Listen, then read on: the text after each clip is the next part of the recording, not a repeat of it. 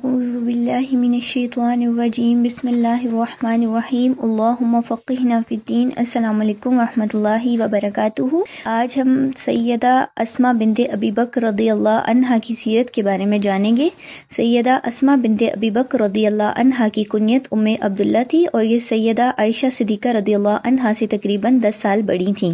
ان کے والد جلیل القدر صحابی سیدنا ابو بکر صدیق تھے اور ان کے دادا ابو عتیق صحابی تھے۔ ان کے بھائی عبد الرحمن بھی صحابی تھے اور ان کی ہمشیرہ ام المومنین سیدہ عائشہ صدیقہ بھی صحابیہ تھیں، اور ان کے خاوند زبیر بن العوام وہ بھی صحابی رسول تھے اور ان کے بیٹے عبداللہ بن زبیر بھی صحابی رسول تھے۔ سیدہ اسماء کی پرورش ایک ایسے گھرانے میں ہوئی جن کے تعلقات رسول اللہ کے ساتھ بڑے گہرے تھے، اور وہ سیدنا ابو بکر صدیق کا گھرانہ تھا۔ انہوں نے ایمان اور اللہ کی راہ میں قربانی کے ماحول میں پرورش پائی، جس کی وجہ سے ان کی شخصیت میں عظمت کے آثار نمایاں دکھائی دینے لگے۔ سیدہ اسماء صبر و تحمل سے آراستہ تھیں اور یہ رات کے وقت بڑی کثرت سے نماز پڑھنے کی عادی تھیں اور دن کو روزہ رکھنا ان کا معمول تھا۔ سیدہ اسماء بنت ابی بکر کو بھی دیگر اہل ایمان کی طرح مشرکین کی طرف سے سخت ترین تکالیف کا سامنا کرنا پڑا۔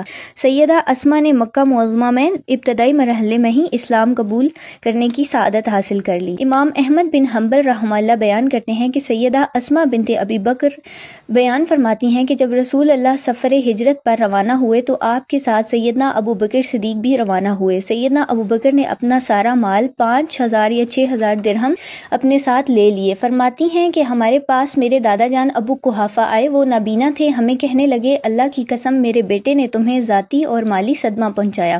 کہتی ہیں کہ میں نے کہا دادا جان ایسی بات نہیں ہے، وہ ہمارے لیے بہت سا مال چھوڑ گئے ہیں۔ کہتی ہیں کہ میں نے گھر کے روشن دان میں کچھ سنگریزے رکھ کر ان پر کپڑا ڈال دیا تھا جہاں میرے ابا جان درہم و دینار رکھا کرتے تھے۔ پھر میں نے ان کا ہاتھ پکڑ کر کہا دادا جان اپنا ہاتھ اس پر رکھیے اور سوچئے یہ کتنا مال ہمارے لیے ہمارے ابا چھوڑ گئے ہیں۔ تو انہوں نے کہا اگر وہ اتنا مال تمہارے لیے چھوڑ گئے ہیں تو پھر ٹھیک ہے۔ پھر انہوں نے کہا اس نے بہت اچھا کیا، یہ مشکل وقت میں تمہارے کام آئے گا۔ فرماتی ہیں اللہ کی قسم انہوں نے ہمارے لیے کوئی چیز بھی نہیں چھوڑی تھی، لیکن میں نے چاہا کہ اس طریقے سے میرے بوڑھے دادا جان کو تسلی دے دوں میں۔ سیدہ اسماء کو اپنے دین پر فخر تھا، وہ دین اسلام کے احکامات پر عمل پیرا تھیں۔ ان کے تقویٰ نے انہیں اس بات پر آمادہ کیا کہ رسول اللہ سے یہ دریافت کریں کہ کیا وہ اپنی والدہ کا استقبال کر سکتی ہیں کیونکہ وہ حالت شرک میں تھیں۔ امام مسلم رحمہ اللہ نے سیدہ اسماء کے حوالے سے یہ روایت اپنی کتاب صحیح مسلم میں نقل کی ہے۔ سیدہ اسماء فرماتی ہیں میں نے عرض کیا اے اللہ کے رسول، میری والدہ میرے پاس بڑی چاہت لے کر آئی ہیں، کیا میں ان سے صلہ رحمی کر سکتی ہوں؟ آپ صلی اللہ علیہ وسلم نے فرمایا ہاں۔ سیدنا علی بن ابی طالب رضی اللہ عنہ تمام امانتیں اہل امانت کے سپرد کرنے کے بعد آل نبی کے ہمراہ سفر ہجرت پر روانہ ہوئے۔ اس قافلے میں عبداللہ بن ابی بکر، سیدنا ابو بکر صدیق کی بیوی سیدہ ام رومان اور اپنی دونوں بہنیں سیدہ عائشہ اور سیدہ اسماء کو اپنے ساتھ لے کر سفر ہجرت پر روانہ ہوئے۔ سیدنا اسماء رضی اللہ عنہا حالت حمل میں تھیں۔ جب سیدہ اسماء مدینہ منورہ میں پہنچیں تو انہوں نے نومولود کو جنم دیا، جسے ان کی بہن سیدہ عائشہ اٹھا کر رسول اللہ کی خدمت میں حاضر ہوئیں۔ آپ نے انہیں گھٹی دی اور ان کا نام عبداللہ رکھا۔ سیدہ اسماء نے اپنے خاوند سیدنا زبیر بن عوام کے ساتھ مفلسی کی زندگی بسر کی۔ گھریلو کام کاج اور اپنے خاوند کی گھوڑی کی دیکھ بھال نے انہیں تکلیف میں مبتلا کر رکھا تھا۔ مزید برآں ان کا خاوند بڑا ہی سخت مزاج تھا۔ جب سیدہ اسماء نے اس صورتحال کی اپنی ابا جان سیدنا ابو بکر صدیق کو شکایت کی تو انہوں نے انہیں صبر کی تلقین کی۔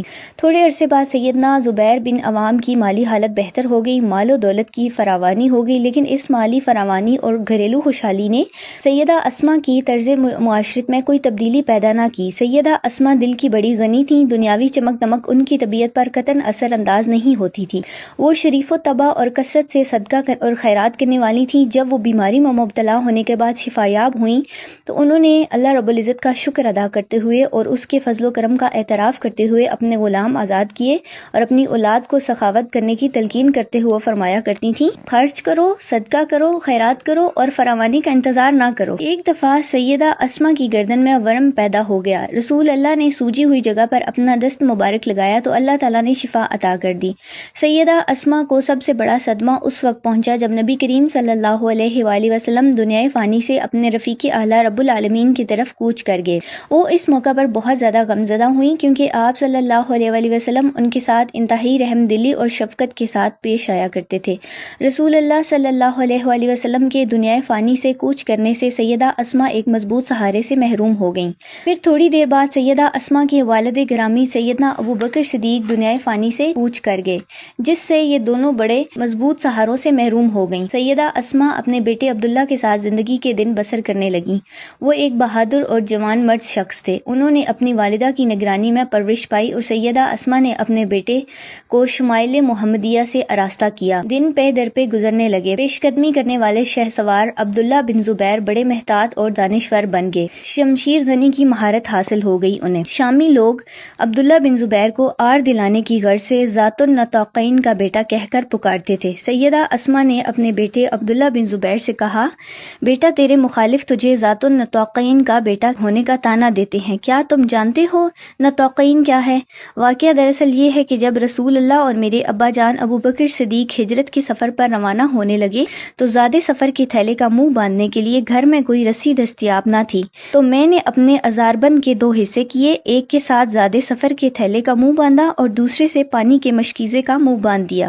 اس مناسبت سے مجھے ذات النطاقین کا لقب سے پکارا جانے لگا۔ یہ بات سن لینے کے بعد جب بھی شامی لوگ سیدنا عبداللہ بن زبیر کو نطاقین کا طعنہ دیتے تو آپ ارشاد فرماتے، جس چیز کا تم مجھے طعنہ دیتے ہو وہ تو میرے لیے بہت بڑا اعزاز ہے، تم کیا جانو اس کی حقیقت کیا ہے۔ سیدہ اسماء کی زندگی سے جو ہمیں اسباق حاصل ہوتے ہیں وہ یہ ہیں کہ حالات چاہے کتنے ہی سخت ہوں، حق کے راستے پر ڈٹے رہنا چاہیے، اللہ پر مکمل بھروسہ کرنا چاہیے۔ ڈر، کمی اور بے یقینی کے باوجود اللہ پر یقین انسان کو مضبوط بنا دیتا ہے۔ ظلم کے سامنے خاموشی نہیں بلکہ وقار کے ساتھ سچ بولنا سیکھنا چاہیے۔ زندگی کے بڑے نقصانات بھی ایمان کے ساتھ برداشت کیے جا سکتے ہیں۔ دولت، طاقت یا لوگوں کی رائے کے بجائے اپنے اصولوں پر قائم رہنا اصل کامیابی ہے۔ ایمان کے ساتھ عورت نہ صرف خود مضبوط بنتی ہے بلکہ دوسروں کے لیے بھی سہارا بنتی ہے۔ سبحانک اللہم و بحمدک، اشہد ان لا الہ الا انت، استغفرک و اتوب الیک۔